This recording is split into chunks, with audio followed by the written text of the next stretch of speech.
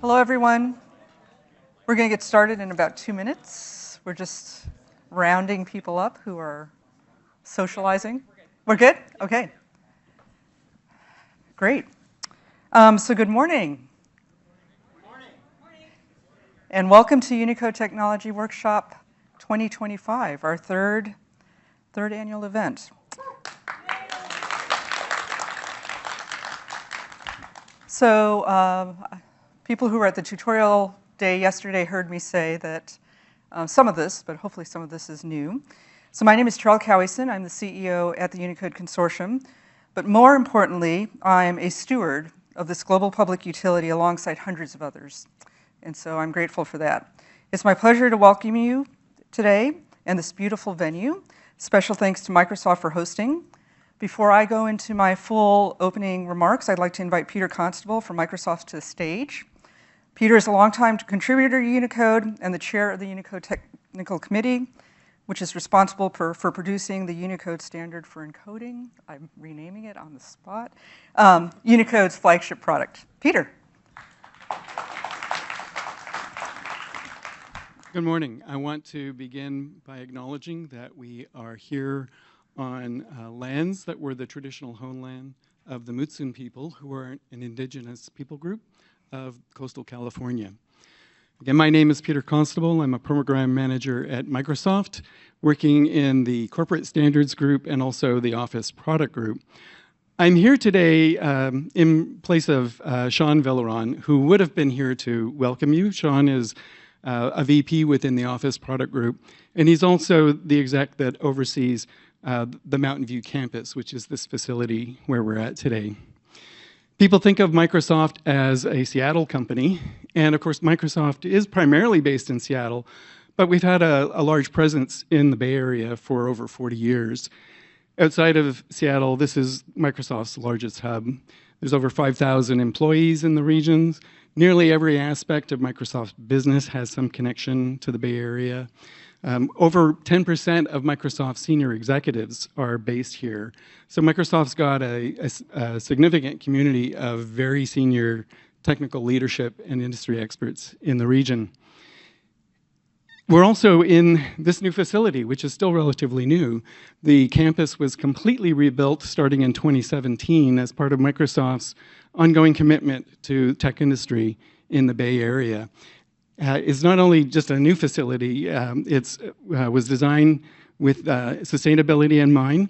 So an environmentally friendly facility, including nearly 4 acres of parkland up on the roofs. I wish I could take you all on a tour of that. Unfortunately, I can't.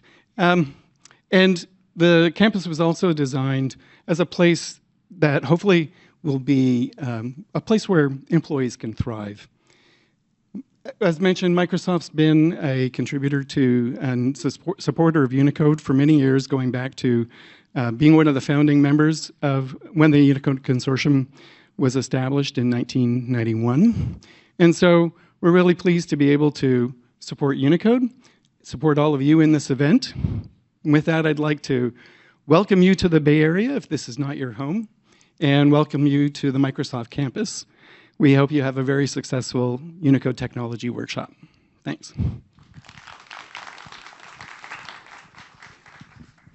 Thanks, Peter. And I'd like to also give a special thanks to Kim and Scott and the events and AV team here at Microsoft. They've been exceptional to work with. And now to my remaining welcoming remarks. So it is a privilege to be part of Unicode. As some of you may know, Unicode was started 35 plus years ago when these free men said this internet thing is happening, and we want to make sure that people can communicate in languages other than English. So I think about Unicode as producing 2 things. One is, of course, the portfolio of products and projects, but the second is how the work gets done. And I'm really thankful to Marc Davis, Unicode's co-founder, who really has created an organization that operates with humility and purpose. So, as noted, Unicode started as an encoding standard, but it's now a robust portfolio, including data, code, libraries, and so much more. So by a show of hands, how many of you use your devices to change time zones? How about bidirectional text? alphabetical sorting, switching between imperial and metric, using non-Gregorian calendar formats, searching for emoji in languages other than English. Okay. So I raised that one because it's always a bit of a fun one. I'm used to searching for emoji in English. And of course, emoji is a very small part of what Unicode does, but I think many of us take for granted that everybody's either searching in English or that you can search in your own language. But Unicode actually maintains those libraries that allow people to search. So it's, Unicode is, Marc would never say this, but he's not here right now, so I can say it for him. Unicode is probably the most widely deployed technology in the world on 20 billion devices. So what we produce is visible and often taken for granted, but how that works happens mostly invisibly. There's so many people, even in the tech industry, who when they hear about Unicode, they think about the standard, if they even know about the standard. They don't necessarily know that there's an organization, and then they think they have Unicode in their tech stacks, but they actually just have the standard, and they're reinventing rather than innovating. And so Kathy and I, Kathy, who's our board chair and interim CTO, have been on the road a fair bit, and it is just shocking how many people just don't know about all the work that takes place. If I could see a show of hands by those who contribute to Unicode's work right now. So take a look around the room, and if you haven't said thank you to these individuals, please do, because the millions of hours that have gone into this work only happens because of these contributors. I was shocked when I joined for like the first 18 months. I've been with Unicode for 4.5 years. I was shocked at how much we take for granted. I had no idea. I had been in an adjacent field, didn't know that Unicode existed. And we operate with fewer than 3.5 full-time employees. So you think 20 billion devices and how leanly we operate. I'm not saying that's a good thing, but of the impact. So while a lot has been accomplished, there's still a lot to do. Kathy would be happy to talk to you about how geopolitics needs to inform technology. So whether it's the launch of a new currency symbol, such as a new Saudi Riyal symbol, or a change in time zones in a particular country, or a new name, such as Turkey becoming Turkey A, or new projects, such as a person-named formatting project, Unicode is the starting point to ensuring interoperability, bless you, relevancy, stability, and resiliency. And as a nonprofit, we're fully funded by membership and donations, so I'd like to just acknowledge our organizational members. And so whether it's adopting a character, having your organization join, joining us as an individual, volunteering, we invite you to get involved and contribute to the future of this global vital resource and public utility. So please stop by the registration desk to learn more. And now, about today, in this, our 3rd annual UTW, we have a full 2 days of sessions covering everything from Unicode math to using AI to create keyboards to AI-powered globalization. There are also plenty of opportunities to network and connect with experts and new friends. We also have an exciting announcement about our location for 2026. I'd also like to acknowledge the community engagement team, and in particular, Alongo, Debbie, and Joel. If you'll raise your hands if you're in the room.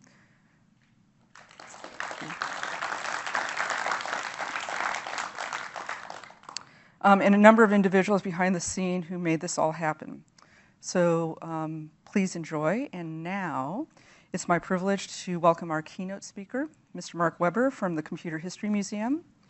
Marc is a curatorial director of CHM's Internet History Program, and he developed the web networking mobile galleries of the museum's permanent exhibit. He pioneered web history starting in 1995. I'm not going to ask how many of you were born before 1995 or after 1995. We could all close our eyes and I could ask you that question and I'll be the only one who captures that. And he did that with help from Tim Berners-Lee and other pioneers. He also co-founded 2 of the first organizations in the field.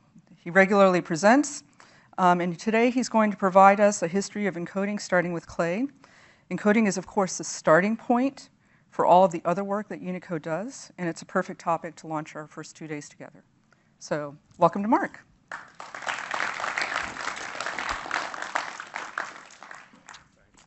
Thank you.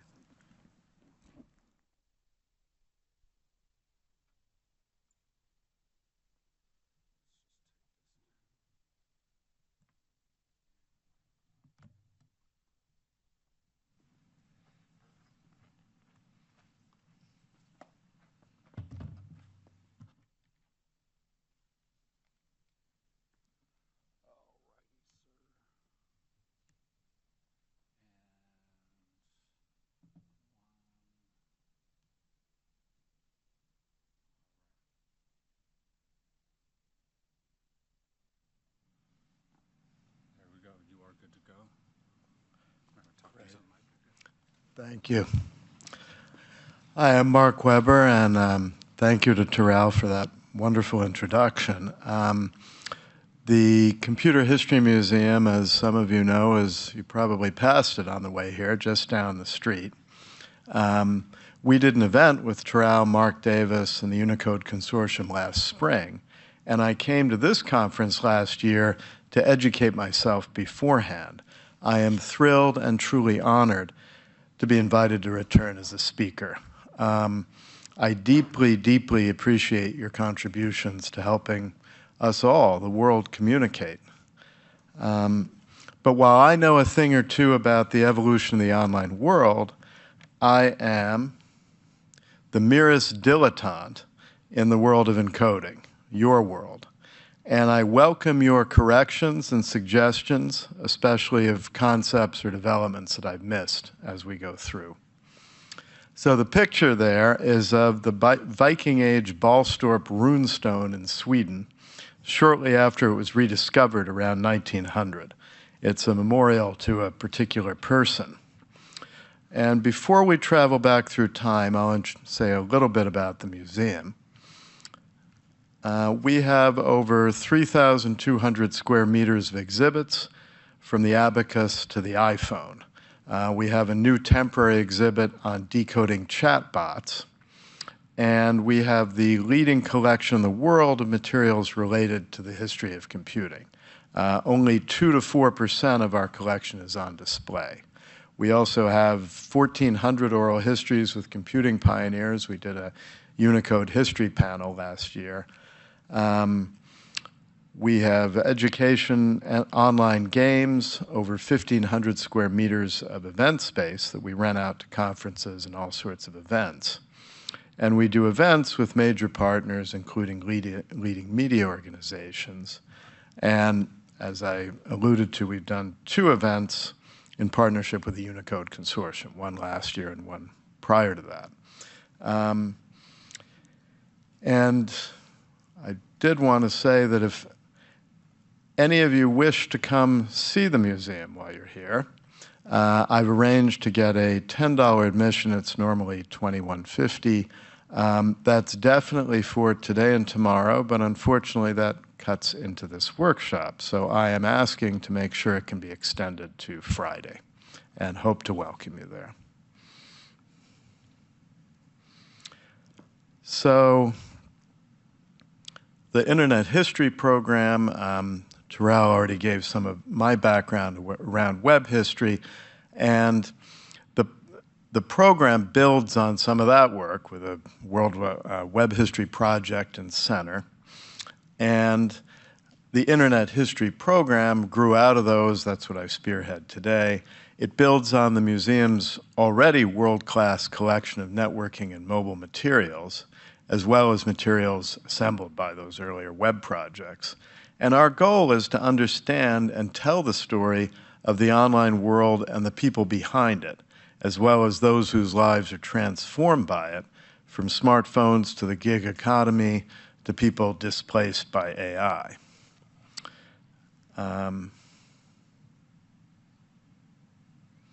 So let me make sure I'm in the right. Encoding information has a history far, far longer than humans.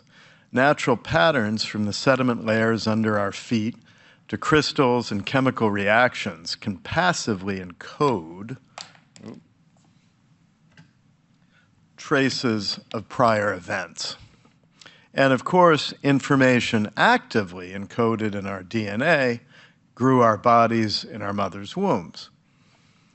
The encoded information that's firing thousands of times a second in our synapses right now is creating this experience for all of us as we spend time together in this room. From the sound of your neighbor shifting in his or her seat, to the scent of cooling coffee in cups. And meanwhile, our immune systems are carefully encoding information on the new bugs that you may have breathed in from the exhalations of a fellow conferee or someone on the train or plane, nearly all of them harmless. But our topic today is less about DNA, than about encoding human experience, the kind of that we're having right now. So most big-brained animals have only limited ways to communicate their thoughts and experiences to each other. But sometime in our past, our ancestors developed language that encodes thoughts and experiences and lets us share them. About 5,000 years ago, a little bit more, writing began to encode speech and sign language and let us share our thoughts and experiences across time and space. We've got the Egyptian hieratic. It moves itself. I'm not sure why. Anyway, Egyptian hieratic on the left, and the oracle bones from ancient China in the middle, and of course, a scribe on the right. In the last couple of thousand years, particularly in the last few hundred, machines have begun to encode things, first their own instructions, and then later writing and even ideas, like the ideascope there at left, invented by Russian Semen Korsakov in the early 19th century. The automaton on the right can actually write letters beautifully, encoding an alphabet into the exact grind of its clockwork cams. So today we can look at encoding as a kind of stack, from the most basic machine encoding at the bottom, binary with computers today, and through encoding characters, as with Unicode, to encoding texts, entire documents, and then meanings. So looking back, other forms of encoding have included smoke signals, and I wish I could stop this automatically moving. And I'll keep scrolling back, I'm sorry. So smoke signals, and the very complicated semaphore system of Polybius in the 2nd century before the Common Era used a system of multiple torches timed with a water clock to send letters and all sorts of other things. It's not clear how much it was used, but you'll see a lot of his concepts come back later on, the idea of timing and synchronizing when a signal is sent. But a simpler semaphore system may have been the most expensive bit of information ever sent. So there was a system of towers between Troy and various generals in ancient Greece, or what became later Greece, that apparently, and this may be partly mythologized, announced the defeat of Troy. So whether the torch was lit or not, or some very simple signal said whether it had fallen or not. And of course, that literally required an army manning these towers at intervals over dozens of miles. So things have gotten cheaper since then. Cost is a lot of it. And so another form of, a really different form of encoding is the quipu, developed in ancient Peru. And most of this is kind of a big data done with knots on these chords. And it lasted over 4,000 years. Some scholars think it may have also had some ability to capture narrative, although that's still in dispute. But in any case, it was a kind of alternate branch of the multiverse when it comes to encoding and handling information. So writing was developed in 3 or 4 places independently, and one cradle of information technology developed the quipu. So it's really a very unique, shows just how much chance comes into what becomes the dominant technology. For tonal languages, talking drums let you say essentially anything using just two tones and rhythm, along with some repetition to clarify ambiguous phrases, because there's less information there that you need extra phrases to make sure that you've clarified the exact message. And of course, encoding for secrecy goes back almost to the dawn of writing, but it's worth remembering that today we think of writing as kind of sharing and democratizing knowledge.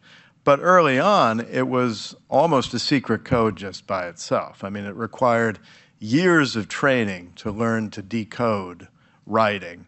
And it was really for a very, very small elite, people who were paid, by rulers to handle very important information, much more comparable to what happens inside a giant company or a government today.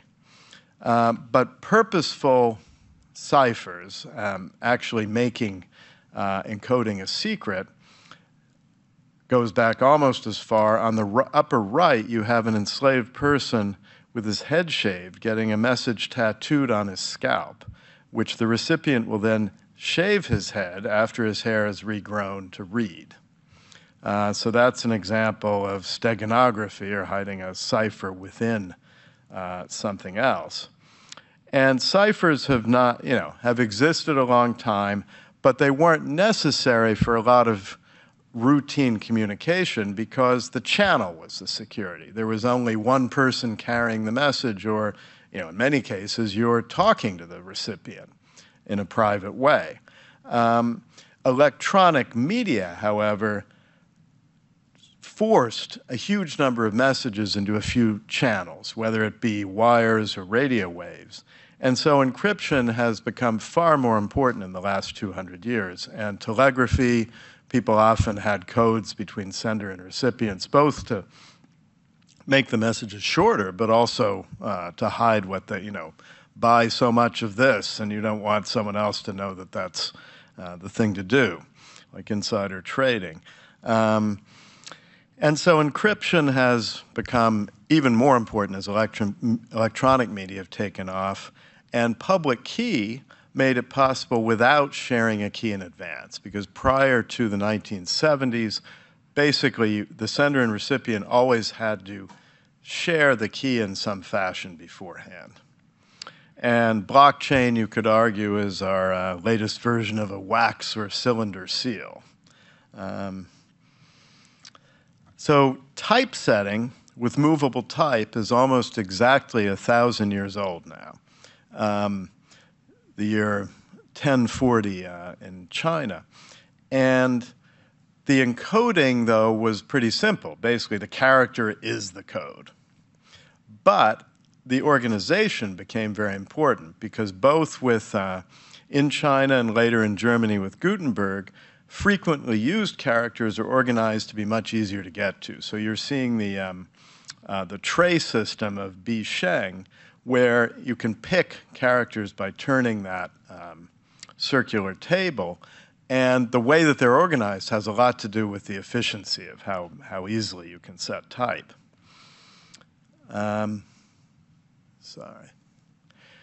And so as we saw before, semaphore systems are really ancient, and you can trace back to signal fires and smoke signals. But the optical telescope, starting about 500 years ago, gave them a huge boost. Suddenly, the stations could be much further apart. So there are a number of systems by the end of the 18th, start of the 19th century. This one by Claude Shannon in France is probably the best known. But there's another one here, the Murray shutter telegraph in England, that could actually encode individual letters, whereas the Shannon system was more compressed. The code book was basically words and concepts rather than individual letters. And sort of an occupational hazard for communication systems, Shannon had big dreams of peace and bringing the world together through communication, which did not. He actually threw himself down a well in front of the optical telegraph office in despair when his idea, he was not given credit and not given control over the system he invented. Okay, so the Murray telegraph. But then one evening in 1837, Cook and Wheatstone tested the first practical electric telegraph from Euston Station in London, north to Camden Town, running along very early railway. And people had been trying to do something like the electric telegraph for quite a while. In fact, Galileo was approached by fraudsters that tried to sell him a magnetic system where you had something, a dial, somewhat like Cook and Wheatstone, that was magically supposed to communicate with the sender.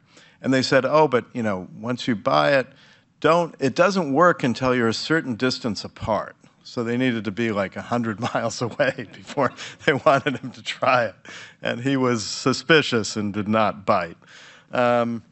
But anyway, so there were many, many tries, fraudulent and real, to do an electric telegraph for over 100 years before this proof that it could be done.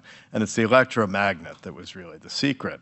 But this night in 1837, which was also coincidentally the same year that Queen Victoria assumed the throne, this launched the era that we're still living in, which is carrying information with electricity.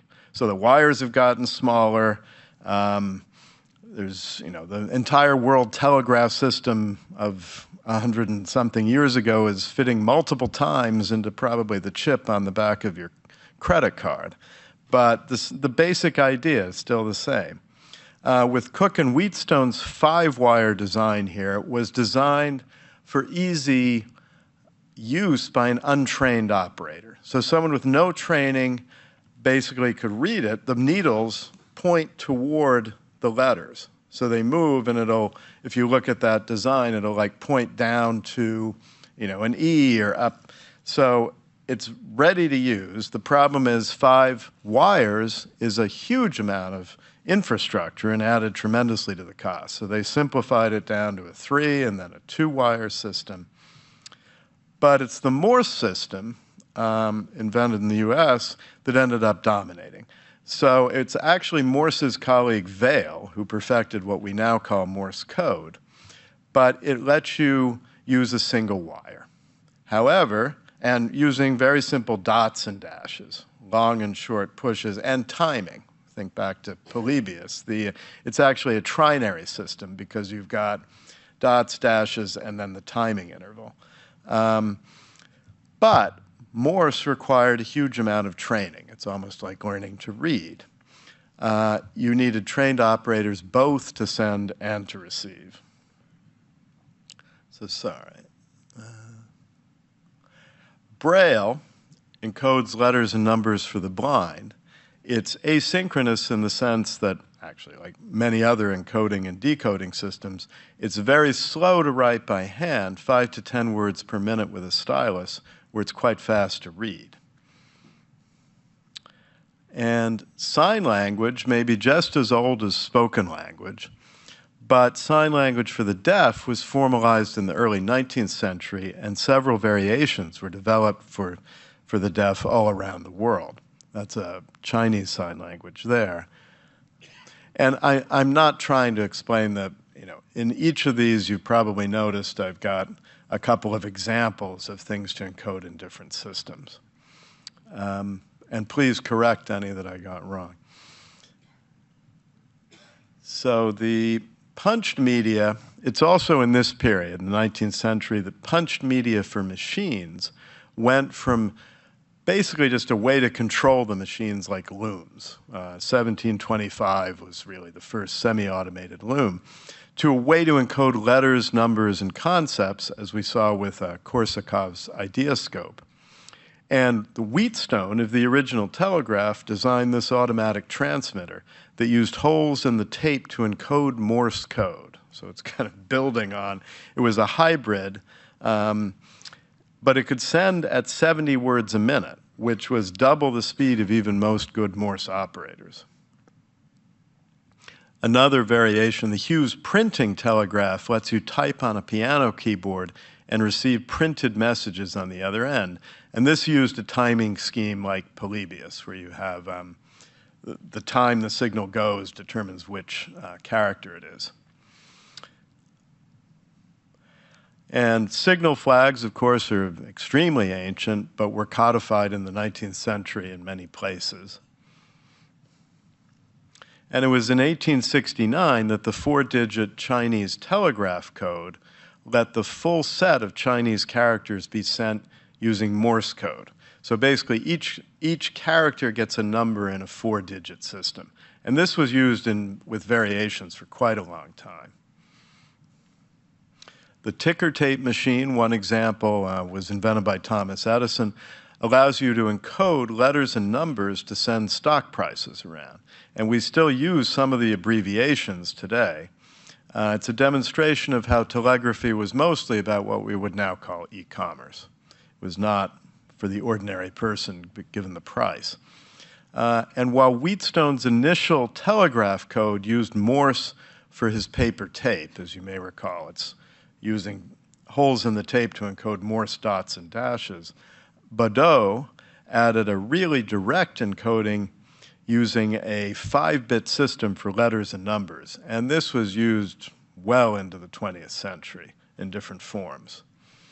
So, including in computer terminals at one point. And toward the end of the 19th century, Herman Hollerith took punched media, which you've seen in various forms, and applied it to sortable cards. So this is really the birth of the database and data processing, and it directly carried over into computing. There's a whole world of data processing with card sorters and collators up through the 50s before computers started to take over those direct roles. And, sorry.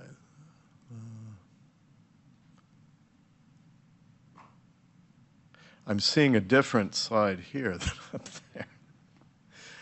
So by the late 19th century, typesetters, rather than just picking letters out of trays or drawers, were using something like a typewriter keyboard, and then hidden mechanical codes would let machines like linotypes choose a particular character and actually get it ready to print and put it ready to use. Later versions used paper tape to encode the characters, and these kind of systems with paper tape persisted through photo typesetting well into the 1970s, into the beginning of computer typesetting. So much of Herman Hollerith's original punched card encoding scheme lasted into the 1960s within IBM. It went from sorters to computers. But that's when they finally extended it to an 8-bit standard for computers to let them handle 256 characters instead of 128. And there's some ASCII art. Oh, sorry. Why is this? But around the same time, the computer-only ASCII standard reached critical mass, even though it only had 128 characters as a 7-bit standard. And on the left is some ASCII art. So at the beginning of the 1970s, videotext, which was invented in England and quickly spawned a television version called teletext, really was kind of the World Wide Web concept of it at the time, and complete with something like Wikipedia, based on H.G. Wells' World Brain. But it died for a bunch of reasons as a standard. The encoding was mostly ASCII, but one reason videotext didn't reach global critical mass is that different regions needed particular encoding. So France extended it for the Minitel system, which was the only successful videotext system, or massively successful, with a whole set of kind of shift characters to handle accents and various punctuation. Canada's Teledon, which you see at the lower right, was more sophisticated videotext and even added some vector graphics capabilities that could be applied to special characters. Teletext on television, of course, persisted into the really the last 15 years in many countries. Although it was never common in the US, most people in Europe assumed that everyone had it. Most Americans didn't know it existed. So the idea of using vector graphics to define a character, as you saw with Teledon in Canada, proved prophetic. So in the 1970s, Don Knuth, the programming guru who's at Stanford, introduced TeX and LaTeX, and almost simultaneously, people at Xerox PARC were working on similar ideas for what became the first laser printer. And this is where you basically have a program that defines the shape of the character. So up to now, almost every encoding system is pointing, it's simply a pointer. And then you have to identify whether it's a piece of lead type or ceramic type in early Chinese printing, or draw it, or an image in a photo typesetter. You had to identify the character that it corresponded to. So now we're starting to see with computers actually defining the character shape with the encoding. And Imogen, early laser printer company, was by Don Knuth's student Luis Trabb-Pardo, and another co-founder, was one of the first to bring some of these things to market right before Adobe's PostScript took off. Both of these launched the modern desktop publishing era. And so here's an example of Adobe Type 1 encoding. And so PostScript came out of Interpress at Xerox PARC, part of the Alto Office of the Future project. And again, as with TeX and LaTeX, there was a whole method for describing how to draw the outline and the font. So here's an example of the instructions for the letter E to actually draw. This is just for the outer contour, the loop around the E. And there was a separate set of steps to draw the inner part. And for quite a while, Chinese characters were not well supported by computer companies. It was in the mid-1980s that 5 leading Taiwanese companies came up with Big 5, which used double byte codes to handle thousands of characters. And that became one part of the national standard that is used in China today for computers to represent characters, and actually a larger set than Big 5, and which is almost completely compatible with Unicode, which of course is the leading standard for encoding, including emojis. And of course, emojis have their roots in emoticons, which go back to, as you can see, the example at top, just the sad face, is one that directly carried over later on.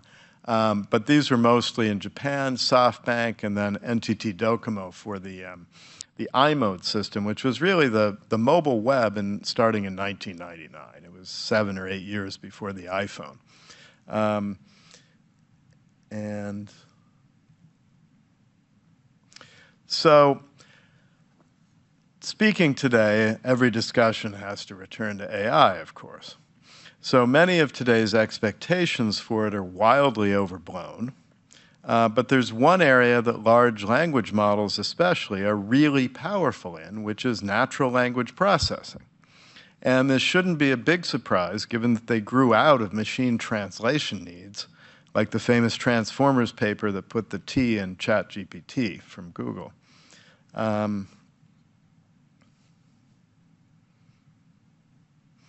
So many people are hoping that large language models can help with digitally disadvantaged languages and scripts in a number of ways. And this is where I'll really appreciate in the Q&A any specific experiences or suggestions. So, there's, as a bunch of you know, there's scripts that have not been encoded, but a much larger number of keyboard ones that lack a good keyboard or input method, operating system support. Sorry.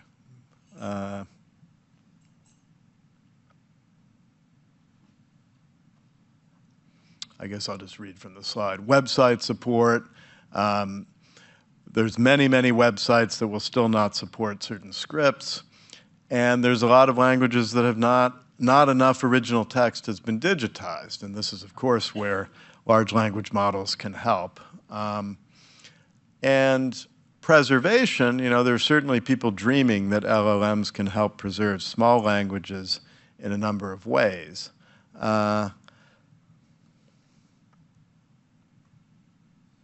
So here's some of the hopes for that AI can actually help with encoding itself, adding those keyboard and input methods, operating system support, etc. And I think a lot of people outside of this group think that the problem is mostly about scripts not being in Unicode, but it's actually there is some of that, but that's really a minor part of the larger problem for digitally disadvantaged languages. And so think back to near the beginning, our encoding stack, from the simple machine binary codes up through encoding words, encoding texts, and then encoding concepts. And going back to the ideoscope in the 19th century. In many ways, and many, many scripts that encode concepts rather than phonemes, in many ways you can say large language models have arrived at the concept level. The one that Korsakov sketched out in the early 19th century with his punched wooden boards. But there are still some kinks to work out. You may also remember my cartoon at the beginning of this talk of someone thinking of a cat and saying the word cat. These were some of the attempts, in this case dog, that didn't quite make it. You can see the prompt there. The large language model just really had trouble with the idea of a thought bubble of a dog, and we got some very interesting tries. So I like to think it's a little bit like we're training large language models as if you were training something on millions of gloves of different kinds. They would learn a lot about hands and their shape, but they wouldn't actually know the structure of a hand. So we're sort of indirectly getting at a lot of concepts by looking at essentially the whole web and internet and some portion of the last 5,000 years of writing. But this brings us full circle. So encoding starts as a way to take our thoughts and experiences, encode them as language, and then encode language as writing, and so on. The people working on brain-computer interfaces, not all of which are invasive, some are more supposed to be like a ski cap that reads your mind, are trying to go back to the beginning. They want to cut out all of those steps and basically read thoughts and experiences directly from the mind, from the brain. So this diagram here shows one of the wilder ideas of being able to share thoughts and experiences directly with other people, essentially digital telepathy, as they've called it. But that begs a very practical question. We have a very old tradition of how to protect our intellectual property around speech and writing and drawing and music, even dance, choreography, all these other encodings of our thoughts and experiences. But copyright law, intellectual property law, currently does not cover the original thoughts and experiences themselves. So as a colleague of mine put it, who owns your dreams? And this it is crazy science fiction stuff, but I know people that have implants that are actually dealing with some of the legal issues around this. So thank you, and please feel free to get in touch with me as on the info there, and to visit the museum while you're here. We have over 35,000 feet of exhibits, as I mentioned, 3,200 square meters, including AI and our temporary chatbots decoded exhibit. So we're just down the road toward the freeway. And as I said, we're offering attendees here more than half off admission, $10 instead of $21.50. And I will confirm that that can happen Friday as well. So thank you.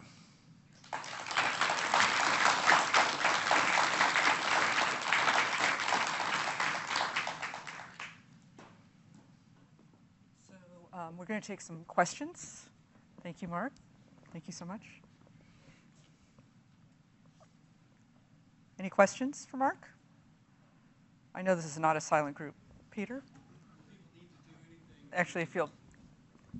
Will people need to do anything, present anything to get that discount? Sorry, yes. Show your lanyard or show your badge from this conference at the front desk. And if you'll introduce yourself and organization, like your name and... Hi. Ooh. Hi, I'm Samantha. I'm from Stanford Silicon. Yeah, I was really interested in kind of, you touched on LLMs and their capabilities. I actually did a project on kind of like using LLMs for alignment and extracting lexicon. And I was just wondering if you could talk a little bit more about your thoughts or ideas on how to use LLMs in the future. So this would be where I do think people here know more than me. But some of the things, we go back to some of the ideas that were suggested to me. So that, LLMs can help with, obviously, it's not LLMs, it's just AI in the traditional sense, but OCR, to simply be able to read all of the existing texts in a language that may not either be encoded or widely digitized. So that's a very bread and butter way. Collating, simply to make sense of the corpus. And then, for keyboards and input methods, this can be tremendously difficult kind of hand process. Apparently, there are tools that can actually help create, at least a starting keyboard design. Again, sorry for auto. How do I? We have another question. No, I just wanted to follow up on the lexicon generation, maybe. So we are actually. Would you say your name? I'm sorry. So Nebojša Ćirić from Google. We, for Inflection Project, we are actually generated 100 or 150 words with their cases, like inflected cases, using LLMs, and actually generating the specific form that had to be put into the Wikidata. So it can generate both structure and the content. And it was extremely good in putting the description of the word in there. So positive experience. And actually, does anybody else have real practical experience with doing that? And does it seem credible, I think, is my real question to this expert group. Is that really a lot of, LLMs are tremendously good at some things and awful at others. Has anyone else really tried to use LLMs for some of these? We have two people with hands-on experience here. Anybody else?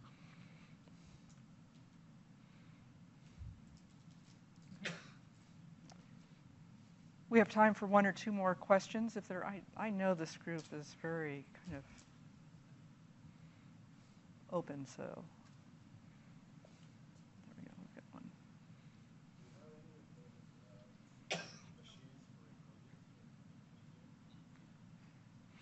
Could you say it a little louder, please, for everybody? Oh, yeah, some. For instance, we obviously have Morse keys, various things related to that. I'm trying to remember whether we've borrowed Wheatstone equipment. We have things related to some of it's around oral histories. Like, for instance, we do have an oral history with Don Knuth of Tech and LaTeX, about to do one with Luis Trabb-Pardo of Imogen. We have extensive interviews with the Adobe, both the Adobe founders, various people from Xerox PARC. So we have the first laser printer. We have a lot of software for the Alto, including Interpress. So when you come to the computer part of it, I think we're in pretty good shape. And we have running IBM mainframes. We have a demo you can go see. We have, it's the largest collection of computing history materials in the world, and not just physical, but software, paper, data, video, etc. But when you go pre-computer, that starts to move out of our, we're not a general kind of history of information or history of communication museum, though we're friends with a number of them, and some have beautiful collections. I think Polybius's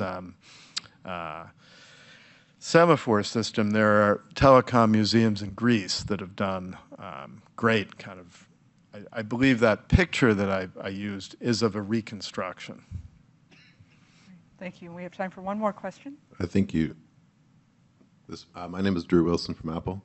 The question is more for my friends back in Alaska who have spoken languages which haven't been transliterated to encodings and LLMs, and I'm wondering if there's any history that your museum of the history of encoding.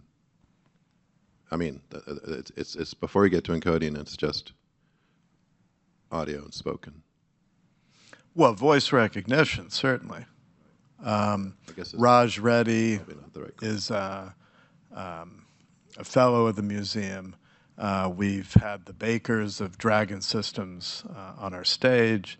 But yeah, for that step, how can you sort of take a purely oral tradition or a spoken language and encode it? I guess my hope has been whether the LLMs can communicate with each other in a purely spoken language as a human can without encoding to a point. But I mean, they need to internally encode it in some form. Yeah, that's what the AI would figure out. Right. But I'm saying when we communicate, our brains are encoding and decoding. Dog, yeah. Right, even if it's growing out of the back of your head. Great. Thank you so much, Marc.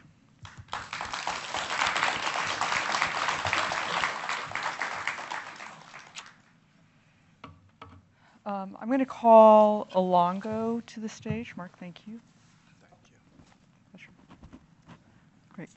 So this is the famous Alongo, who's been on the community engagement team for the past 3.5, 4 years now at this point.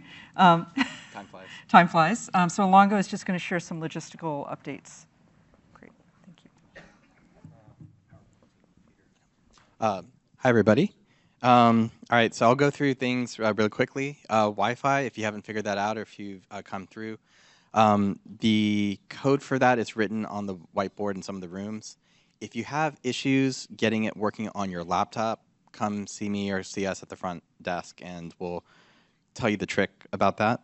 The event program, if you haven't already seen it when you were registering, it's on the website, which is unicode.org/events/UTW.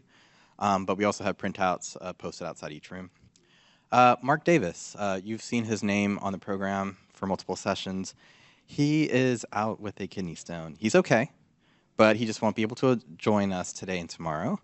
And I think we'll be able to cover all of his sessions. So we have backups. If not, then we'll do a recording afterwards if we can, and we'll post the slides. And all of the recordings and all the slides for the sessions will be linked back on the website. So after the event, you'll see all that there. If anybody wants to volunteer to be part of this ensemble cast that I'm getting together for the session that Marc was planning to do, the AMA, Unicode AMA, specs, data, and code, let me know. Because I think it'll be fun to have a lot of people who can tell the stories firsthand. We have a UTW 2025 Slack channel, and we also have a shared photo album.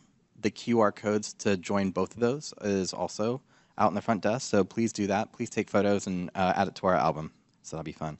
If you are doing any posts on social media, we have a hashtag UTW 2025, all one, so hashtag UTW 2025. So use that whenever you post. Today's lunch break starts at 12 noon. We still have more sweatshirts. Those are available, so you can take a look at them. It's a nice maroon color with white letters. And we have more for purchase. The QR code for the form to order that is also at the front desk. After today's event, we have our Mix and Mingle event. So it's kind of a social hour. I think there's going to be light food and refreshments. So please join us. It won't be too long. But I've also brought some board games. So if anybody's interested, I have a variety, and come see me. All right, so that's all of the logistic announcements for now.